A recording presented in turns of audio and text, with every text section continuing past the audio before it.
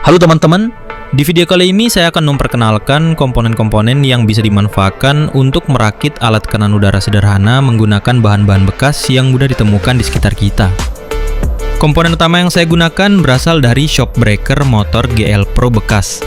Awalnya shock ini hanya rongsokan yang tergeletak di pojok bengkel, tapi ternyata bagian dalamnya masih bisa digunakan sebagai pipa tekanan. Setelah saya potong di bagian ujung dan dibersihkan, saya mendapatkan pipa silinder bagian dalam. Hasil pengukuran menunjukkan diameter luar sekitar 32 mm, tebal dinding 2,5 mm, dan diameter dalamnya sekitar 27 mm. Bahannya bukan stainless steel, melainkan besi keras yang telah dilapisi krom dari pabrikan sepeda motor. Material ini masih cukup kuat dan solid untuk proyek teknik ringan seperti ini. Selanjutnya kita masuk ke kompartemen tekanan utama. Ini adalah bagian yang menjadi ruang saluran udara bertekanan. Untuk tipe rakitan kali ini, saya menggunakan model satu jalur. Tapi bagi teman-teman yang ingin mengembangkan, bisa juga menggunakan tipe multijalur atau sistem modular yang lebih fleksibel.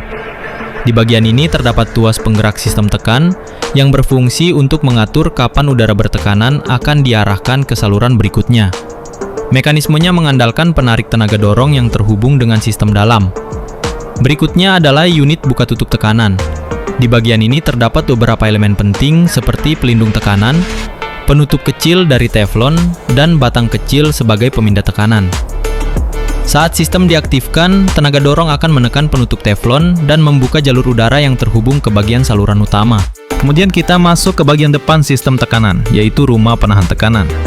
Di sini saya pasang beberapa komponen pendukung, seperti pengukur tekanan udara, sambungan konektor tekanan, dan pelindung tambahan untuk mencegah kebocoran.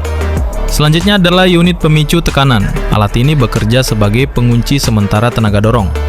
Ketika pengguna mengaktifkan sistem, pemicu ini akan melepas tekanan secara cepat dan terarah ke bagian penutup, sehingga membuka saluran aliran udara ke depan. Untuk saluran utama atau pipa output, saya menggunakan pipa dengan diameter luar 8 mm dan dilapisi pelindung luar berdiameter 13 mm. Untuk aplikasi di darat, biasanya digunakan pipa ulir. Tapi karena saya aplikasikan alat ini untuk media air, saya pakai pipa polos agar alirannya lebih stabil. Kapasitas uji tekanan pada tabung ini pernah saya coba hingga sekitar 4000 satuan tekanan. Namun setelah 1 bulan pemakaian, seal berbahan NBR mulai melembek karena efek panas dan tekanan tinggi.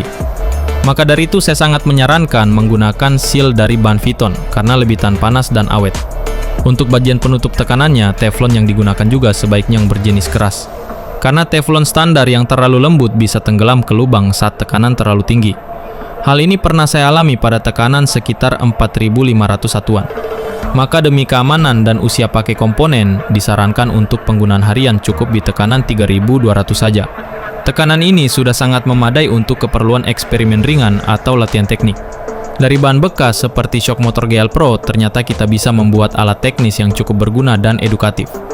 Proyek ini juga cocok untuk edukasi teknik fluida praktis, karena di dalamnya kita bisa belajar tentang tekanan udara, distribusi aliran, penggunaan valve, serta sistem penahan fluida. Rakitan seperti ini di beberapa daerah bahkan bisa memiliki nilai jual hingga 2 juta rupiah, tergantung kualitas material dan hasil akhirnya. Ini bisa menjadi peluang usaha bagi teman-teman yang suka dunia teknik. Jika kamu berminat untuk membuatnya sendiri tapi kesulitan dalam prosesnya, saya juga menerima jasa pembuatan dan penyesuaian komponen bagian dalam, mulai dari ruang tekanan, pengunci sistem, hingga unit buka tutup tekanannya. Silakan hubungi saya melalui kontak yang ada di deskripsi video ini untuk informasi lebih lanjut. Terima kasih sudah menonton, jangan lupa like, share, dan subscribe, karena ke depan saya akan membagikan lebih banyak proyek teknik, kreatif, dan edukatif lainnya. Sampai jumpa di video selanjutnya.